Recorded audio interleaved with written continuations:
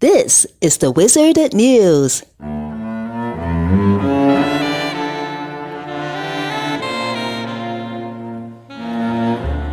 From birth to death, some will seek the light, some will crave the dark, some will wander aimlessly in ignorance.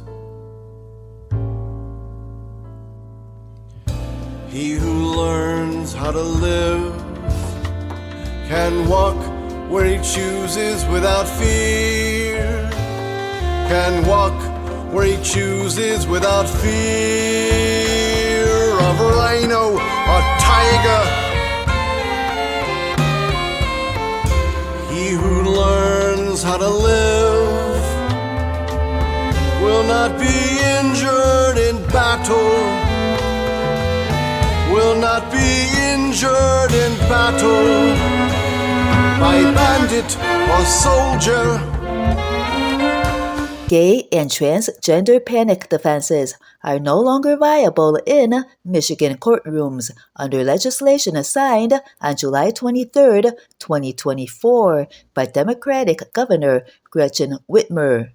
Michigan is the 20th state to outlaw such defenses, which allow individuals accused of violent crimes to receive lesser sentences by arguing that the victim's sexual orientation or gender identity caused them to panic.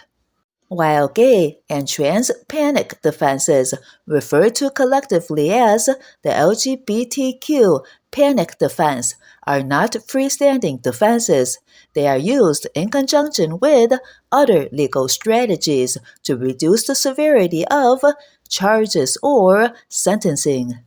Michigan's law significantly expands legal protections for LGBTQ people against discrimination, prejudice, and hate crimes by specifying that a defendant cannot use a person's actual or perceived identity to demonstrate reasonable provocation or to show they acted in the heat of passion.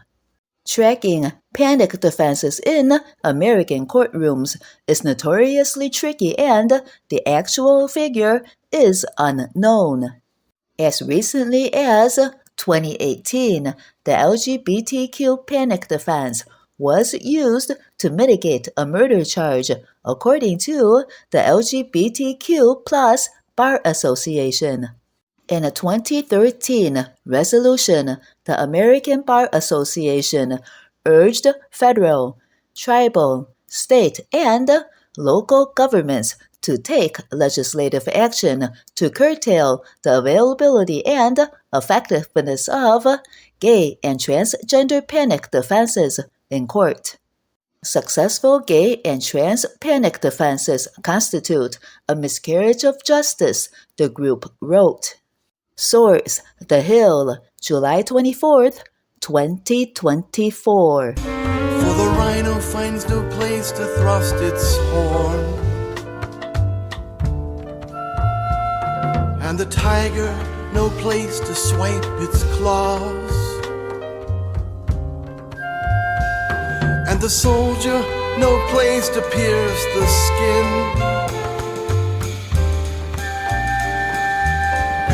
How is this so? How is this so?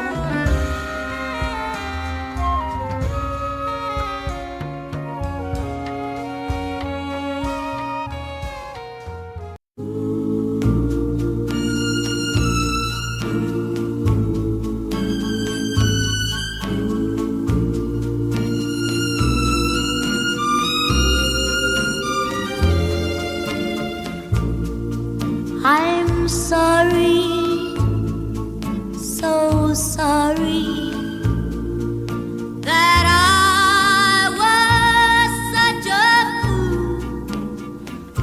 I didn't know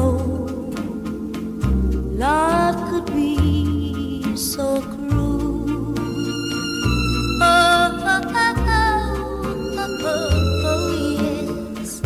A new report released in February 2024 offers a critical examination of Cook County's Restorative Justice Court, finding that while the practice is well-intentioned, the court's execution could use some improvement, including more community involvement and assigning cases that have actual victims. Unlike the criminal court proceedings that unfold at 26th and California, where criminal defendants can be convicted or jailed for their alleged crimes, restorative justice takes a different approach, allowing people to address their harms by accepting responsibility for what they did and engaging with the people and community who are directly impacted.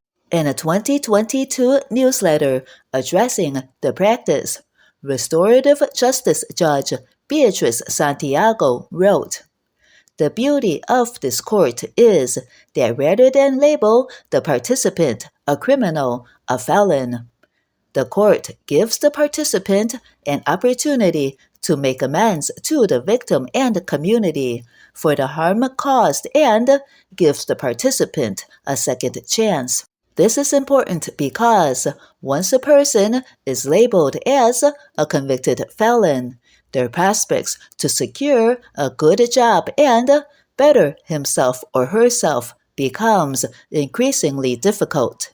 According to the Office of the Chief Judge, nearly 500 people have participated in restorative justice community courts since the community courts began hearing cases in 2014.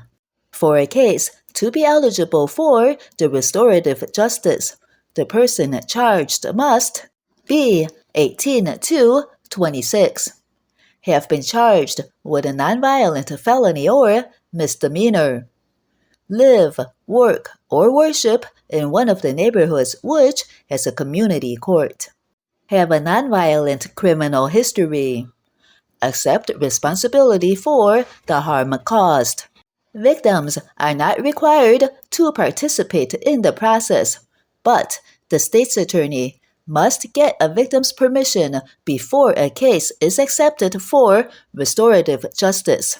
If the victim declines, the case cannot be admitted. Source: NBC5, Chicago, February 22nd, 2024. And I was too blind to see.